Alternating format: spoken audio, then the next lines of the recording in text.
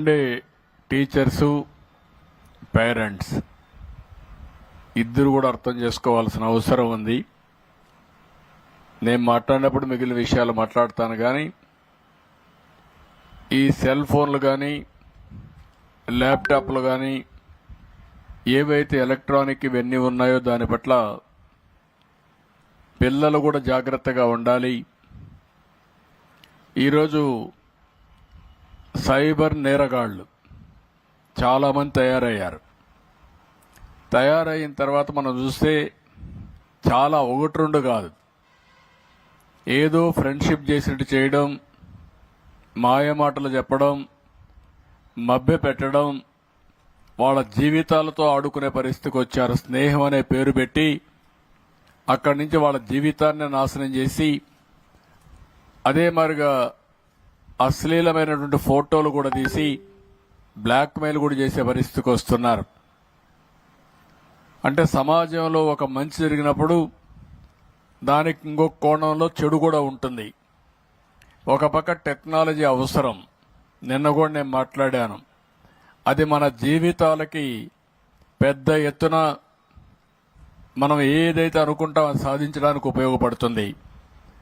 అదే సమయంలో ఇలాంటి టెక్నాలజీ ఉపయోగించుకొని అవసరమైతే మన పేరుతో ఉండే మన డబ్బులు కూడా మన బ్యాంకులో దోచేసుకునే పరిస్థితులు కూడా వస్తున్నారు. ఒక్క నేరం కాదు, ఒక పక్క మోసం కూడా చేసి ఇంట్లో మనల్ని మిస్లీడ్ చేసే పరిస్థితి కూడా వస్తారు.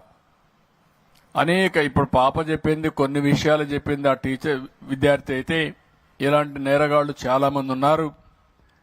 అందుకే సైబర్ నేరగాళ్ల పట్ల మనం జాగ్రత్తగా ఉండాలంటే మనం ఏ విధంగా పనిచేయాలో మీరు అందరూ అర్థం చేసుకోవాల్సిన అవసరం ఉంది.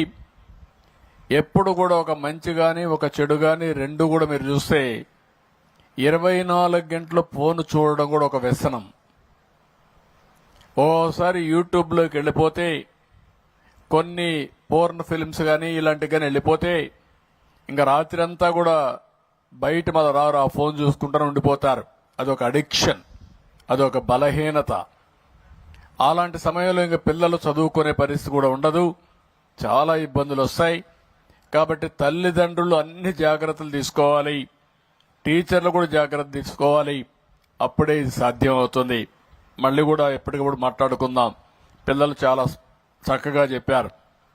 రెండో విషయం చాలా గట్టిగా చెప్పాడు, డ్రగ్స్ వద్దు బ్రో, చాలా క్లియర్గా చెప్పాడు, మీ దగ్గర కూడా అనిపించాడు. ఇప్పుడు ఈ డ్రగ్స్ అనేది కూడా మీరు ఒకసారి గుర్తుపెట్టుకోవాల్సింది, ఇదొక పెద్ద మత్తు, ఇదొక పెద్ద వ్యసనం. ఒకసారి ఆ వ్యసనంలో పడిపోయిన తర్వాత మళ్ళీ తిరిగి మామూలు మనిషి కావడం చాలా కష్టం.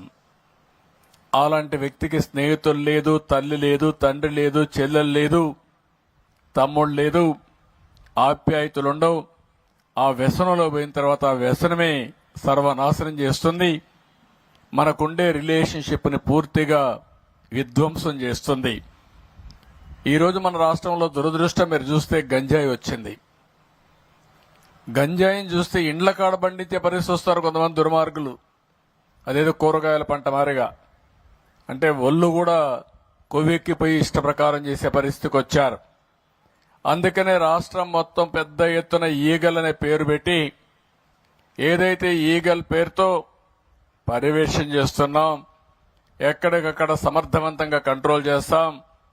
ఎవరైనా డ్రగ్ గంజాయి పండించినా, డ్రగ్ వ్యాపారం చేసినా, డిస్ట్రిబ్యూషన్ చేసినా, కన్జ్యూమ్ చేసినా మెర్సిలెస్ గా యాక్ట్ చేస్తాం. అది కంట్రోల్ చేయకపోతే మాత్రం ఇదవుతుంది. ఇక్కడ స్కూల్స్ నుంచే ఈ ఉద్యమం ప్రారంభం కావాల్సిన అవసరం ఉంది. ఆ చైతన్యం వస్తేనే ఇది సాధ్యమవుతుంది.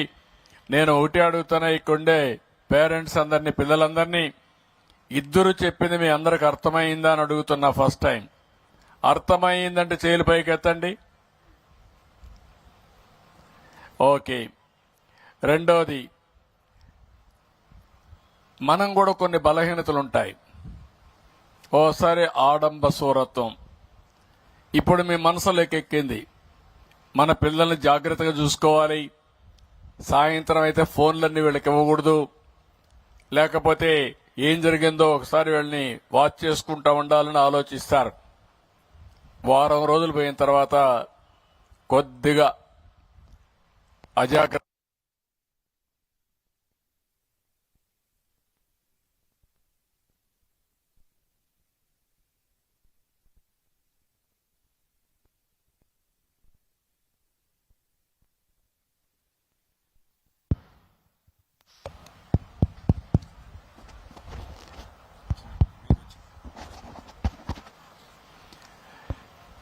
ఏదైతే